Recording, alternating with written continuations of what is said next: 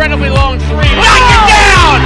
And with that, she ties the school record. Ball stays in. Emiliani throws it deep to Marr, and the Tigers will walk out of here a winner. What a play!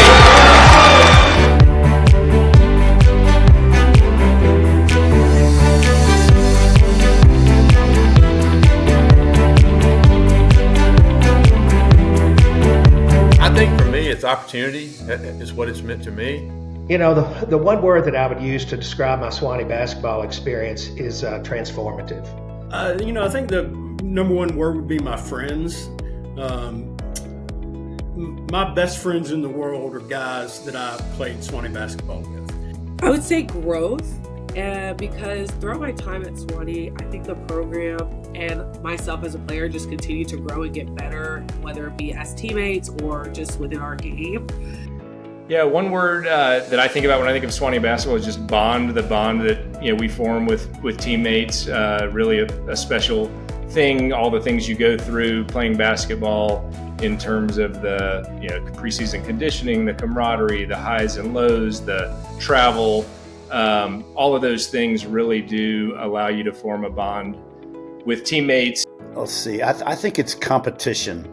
You have to love the game and love to compete to play anything at the Division III level, basketball included.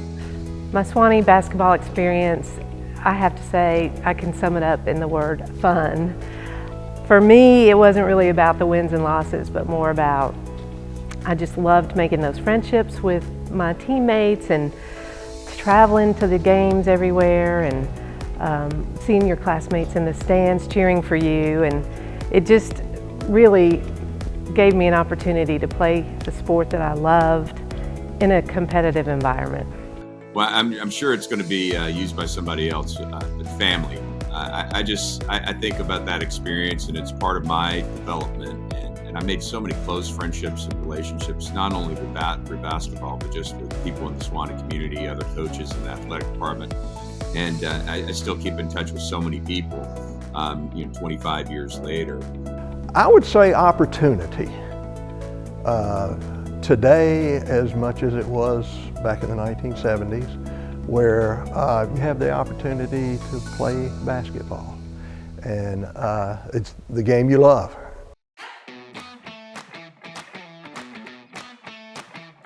I think it's more of collective moments, whether you're on some terrible van ride to the middle of central Indiana and, eating unidentifiable sack lunches or staying in, non-branded hotels. Those things just bring you together, right? And make you appreciate all the guys you're with. I can remember being called into the Dean of Students office, which was Mary Sue Cushman, and I had gotten 3 parking tickets. And when I told her that I was superstitious and that was my lucky basketball parking spot, she let me keep parking there. And that just was so very Sewanee to me. I think the home court advantage we had up on the mountain was something that I certainly didn't appreciate until I'd gotten kind of halfway through my freshman season. In the little old Juhan gymnasium up there where people would come, it would get loud and rowdy, particularly when some of the societies, as they called themselves, would have gatherings beforehand and would come over to the game. When we were warming up, I heard a lot of yelling and shouting outside the gym doors, and when I turned, I noticed that the Highlanders and the Wellingtons were all in full attire, and they came marching into the gym, and they began to file behind the W&L bench and the Sewanee bench. We ended up winning that game 89-81, and it was due in large part to that crowd. And Jimmy Stewart, who was the sports writer for the Sewanee Purple, described him, I'm going to quote him, he described them as the most impressively obnoxious crowd seen at Sewanee in recent years. We went down to Cracker Barrel down the mountain for our pregame meal. It started snowing. Chapman Kern was helping us drive. We had 2 vans, the 15-passenger vans. We're down there eating. All of a sudden it starts snowing. We're like, we got to get back up there. Well, Millsaps was staying at Jim Oliver's Smokehouse, so it was a very easy commute for them for the game. But we were slipping and sliding, fishtailing on those rear-wheel drive vans, trying to get back up the backside of the mountain. We got to the gym 15 minutes before the game started. Everybody runs in. We have a limited warm-up. We ended up beating Millsaps, and Millsaps was ranked number 5 in the country or something like that at the time. And so it was a huge, huge win for us. The thing I remember best or fondest was that we were invited both of my last 2 years to participate in the NCAA tournament. We won our conference, and Division III had just been developed. And so we were invited the first year to Memphis to play in the regionals, and the second year we played the regionals in Lexington, Kentucky. And it was a great experience. Either my freshman or sophomore year, we played Southeast Missouri State. We traveled to Cape Girardeau, Missouri, of all places. I think that was the game where we were going to the stadium and one of their fans asked our coach if he had forgotten to bring our centers and forwards to the game. We kept it kind of within single digits for most of the game, but it kind of started to get away from us a little towards the end. And with a couple minutes left, their announcer came on and reminded the fans of a promotion they had with Arby's, where if they scored 100 points, everybody could take their ticket stub and get a free roast beef sandwich from Arby's. Coach Finland called us over and he kind of said, "Guys, we played well. Played them tough. Obviously, we're not going to win, but I'll be damned if these people, I don't know if he used the word people, are going to eat free roast beef off of us." And the chance of roast beef quickly turned into booze. So we kept them under 100. I think we barely got out of Cape Girardeau safely. We played Rose Hulman on a Friday night at Juhan in the gym here. And we were down 7 points, Bill, with 30 seconds to play in the game. I had a young lady, a senior, who had not scored a single point the entire game. And the same girl, Sarah Harder, a senior, hit 3 threes on 3 set plays that hit nothing but net. She had not made a shot all night for us to win. We actually won the game by 1 point. But I think the funnest moment really was the 1985 ice storm that we had on the mountain, and all the students had left. Most of the professors had left. Anybody with any sense of decency left, right? Except the basketball team. We were up there all by ourselves with limited power, no food, and all crammed into about 3 rooms at courts trying to stay warm. And Coach Dwyer still made us go in and practice every morning where you could see your breath in the gym.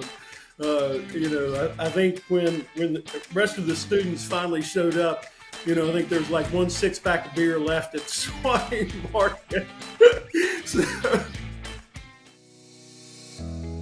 I learned the value of resilience.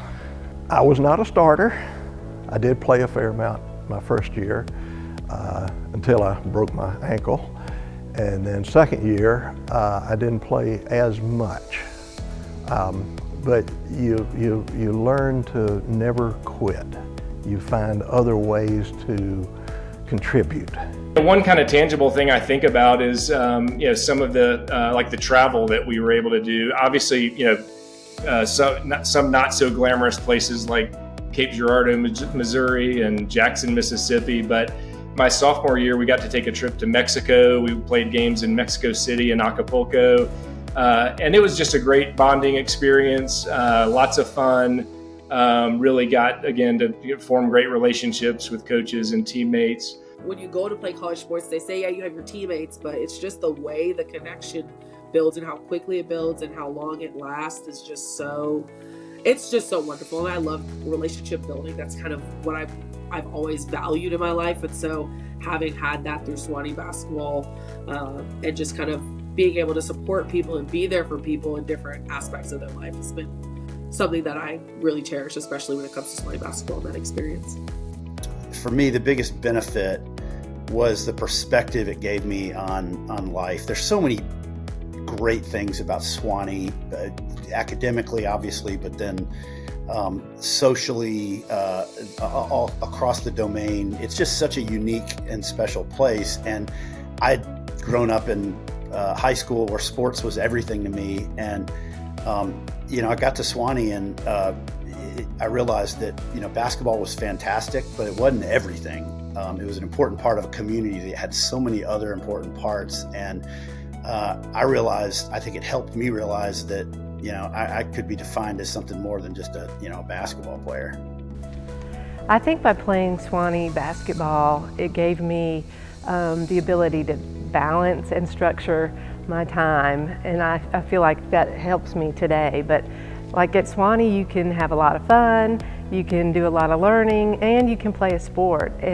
But to do all three, you really have to learn how to schedule time for practice, for studying, for hanging out with your friends, and I think that Sewanee basketball helped me do that. To come back to Sewanee and be able to reconnect with just teammates that I was gone for 25. These are people that I didn't have any contact with really for 25 years. And to step back in and people like Ray Bowden and Bill Skaggs, Jack Leffler, Eddie Crimson, Charlie Little, Greg McNair that I see now pretty much on a regular basis up here. It's just been so nice, and it was almost like the 25 years never happened. I think the greatest benefit I gained from being a part of Sewanee basketball was confidence. And it wasn't just confidence athletically, but it was confidence academically when I was pursuing advanced degrees. It was the confidence that I took into every job interview, into every job that I had as a teacher, a coach, principal, headmaster, and accreditation provider. I truly believe that my Sewanee basketball experience was the foundation for everything I was able to do.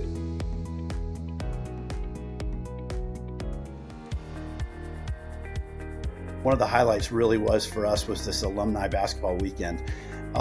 First of all, we knew we'd have great crowds for the weekend, but we loved that alumni game. These older guys would come back, we'd referee, we'd work the clock. In years after that, we'd go back and participate, and it was incredible because it was a chance for all of us to get back together and tell the same stupid stories that made us laugh, but that we really enjoyed.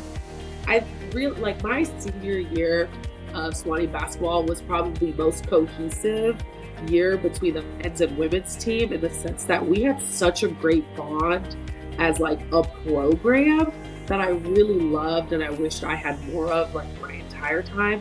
Men's and women's team, like we were cheering each other on at games on both sides, and continuing to see those relationships flourish and grow. Athletics is a big hook, Bill. It's a great hook to get kids to school. We got over 500 athletes at Sewanee. I don't know if everybody knows that. Over a quarter of our population, or a quarter of our student body, come here to play athletics.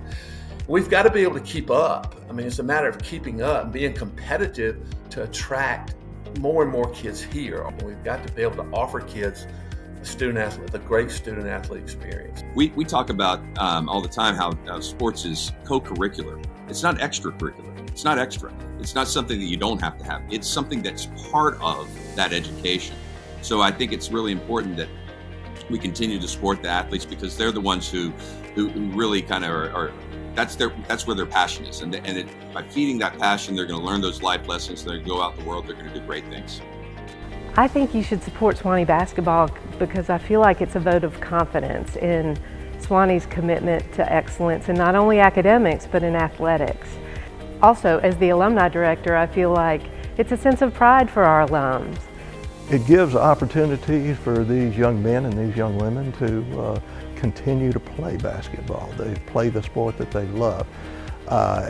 Also involved in that was that we had the opportunity to travel, and that broadens the experience, not only just of athletics, but the educational part of that.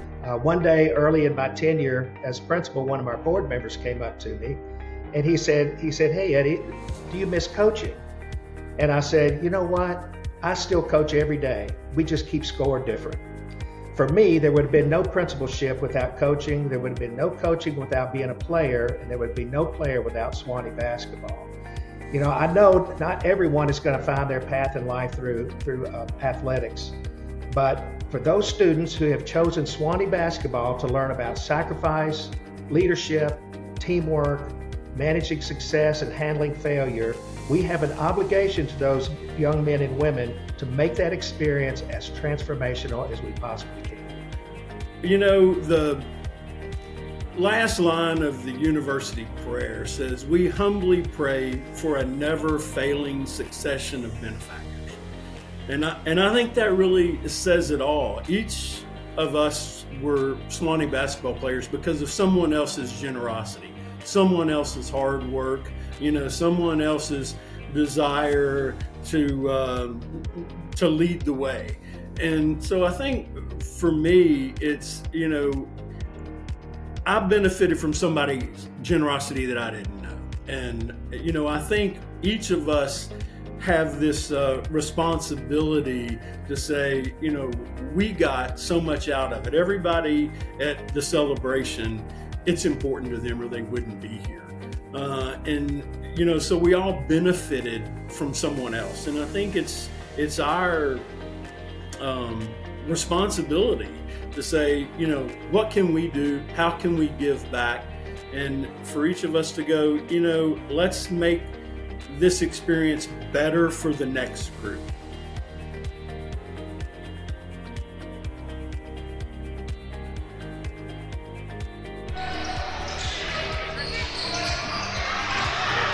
Marr for the win!